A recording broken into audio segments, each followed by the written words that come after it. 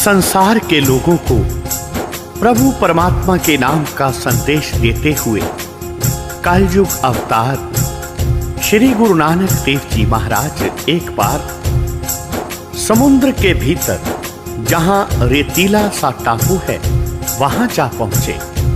गुरु जी ने वहां सिद्ध मंडली को बैठे देखा। गुरु जी ने उनको आदेश किया, नमस्कार किया। उनमें से गुरु गोरखनाथ ने कहा, नमस्कार है उस अलेख प्रभु को। गोरखनाथ ने गुरु जी का स्वागत करके आसन पर बिठाया और कुशल मंगल पूछा। वहां सिद्ध लोग भंडारा तैयार कर रहे थे।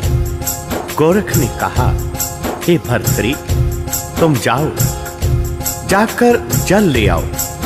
वहां जो देग बन रही थी उसमें 64 डोल पानी पड़ता था। 64 मन का डोल भर्तरी अपने सिर पर उठा कर ला रहा था। तब भर्तरी ने पूर्व की ओर देखा तो उसे कुरंग की कतार आती नजर पड़ी। भर्तरी ने एक कुरंग को कुरंगी के साथ कलोल करते देखा। उस समय भर्तरी ने कहा, अरे कामी कुरंगी, तुझे काम पीड़ित कर रहा है, तुझको नरक में जाना होगा। कुरंग ने कहा, हे भर्तरी, मैं पापी नहीं हूं। यह कमल पत्ती राजा जूनी की पुत्री है। 2 बार आगे यह मेरे साथ विवाही गई है। तीसरी बार हमारा इसका संयोग है।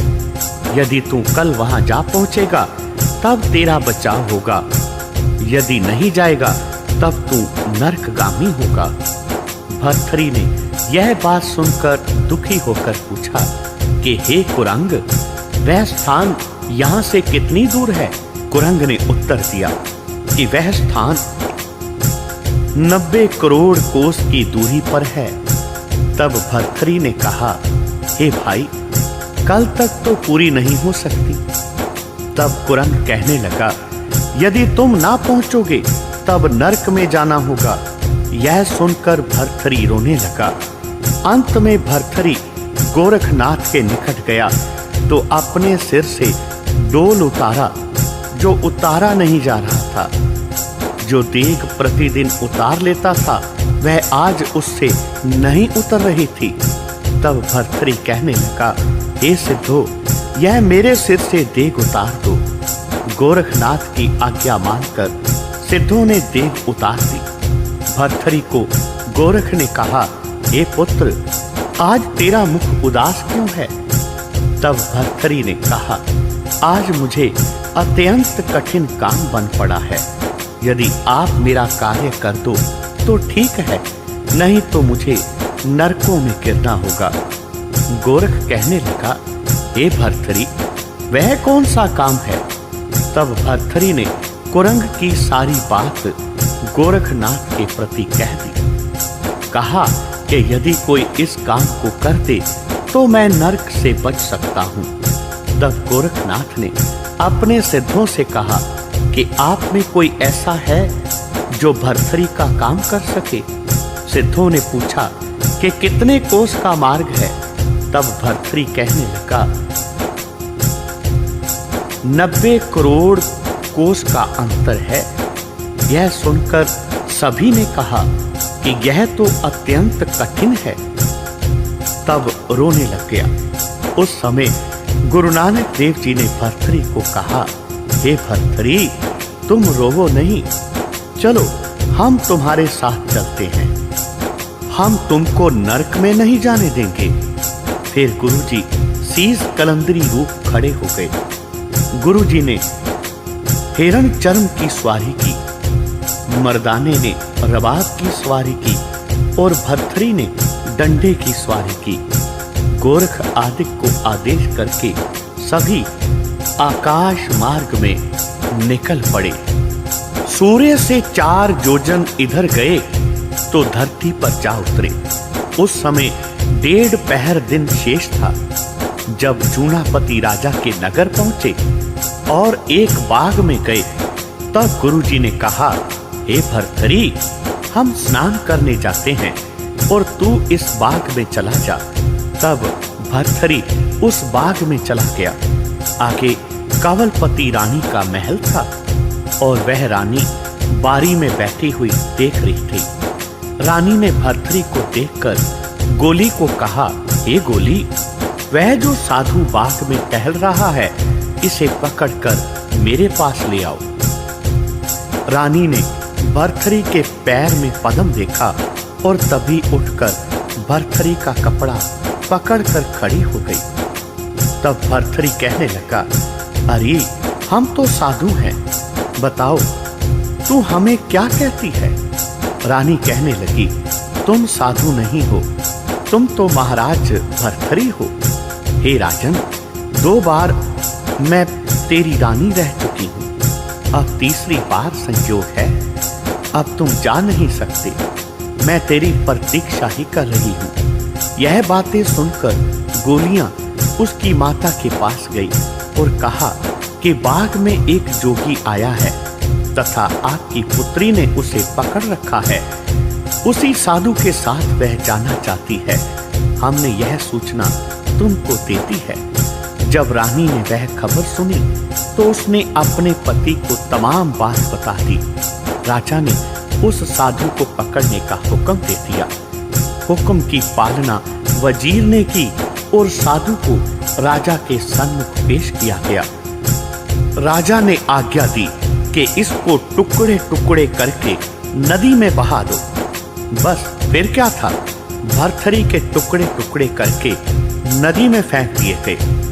मर्दाने ने गुरुजी को कहा, हे महाराज, भर्तृहरि के टुकड़े टुकड़े करके नदी में बहा दिया गया है। गुरुजी कहने लगे, मर्दाना जी, भर्तृहरि मरने का नहीं। उधर भर्तृहरि फिर से सावधान होकर उसी दौलत पर जा बैठा। राजा को फिर सूचना मिली कि वही साधु फिर राजकुमारी के महलों में देखा गया है। राजा ने फिर उसे पकड़कर मंगवा लिया तथा एक चिता में बैठाकर उसे आग लगा दी। गुरुजी को मर्दाने ने फिर कहा, हे गुरुदेव, भर्तृहरि को चिता में जला दिया गया है। गुरुजी कहने लगे, हे मर्दाना, भर्तृहरि जलेगा नहीं। इधर भर्तृहरि फिर चिता में उड़कर राजकुमारी के महलों में जा बैठा। राजा ने फिर हुक्म दिया कि उस साधु को गड्ढे में डाल दो और ऊपर एक दीवार खड़ी कर दो।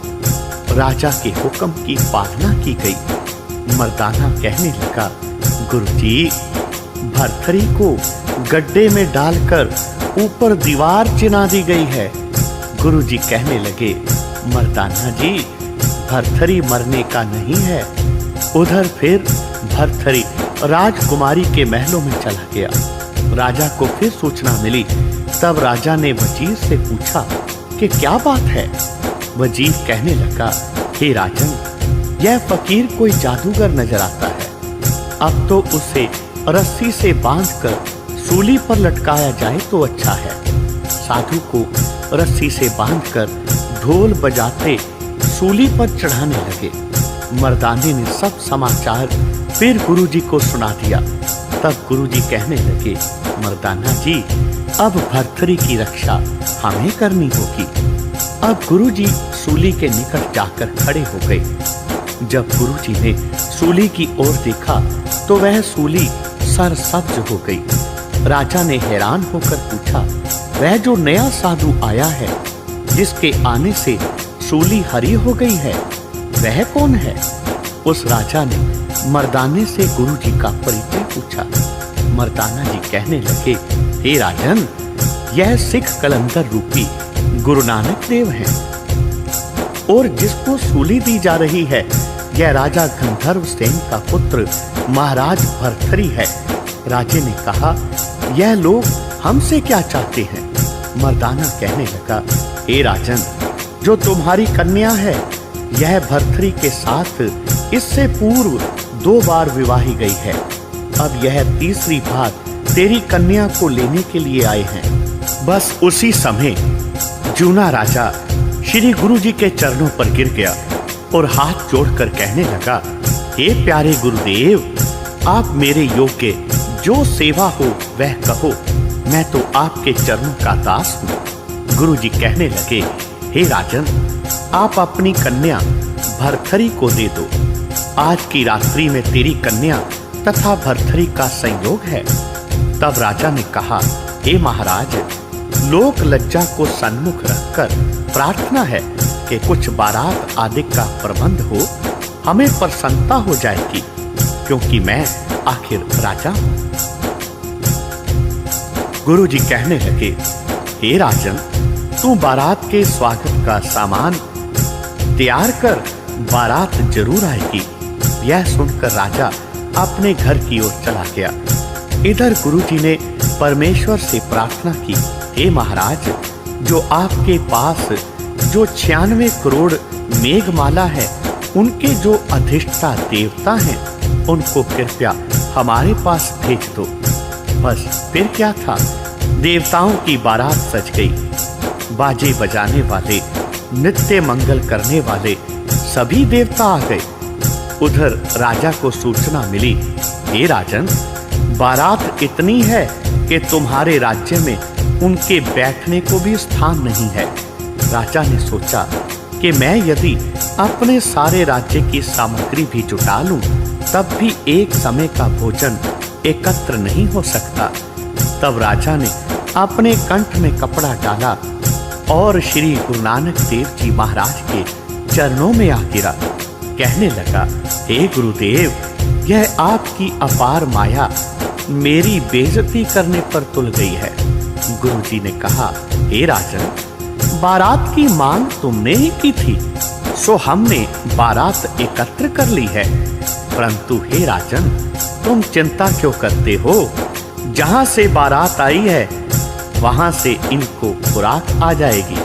फिर गुरुजी ने निरंकार के प्रति प्रार्थना की, हे कृपालु, आप इस बारात के जीवन के लिए सामान भी भेजो।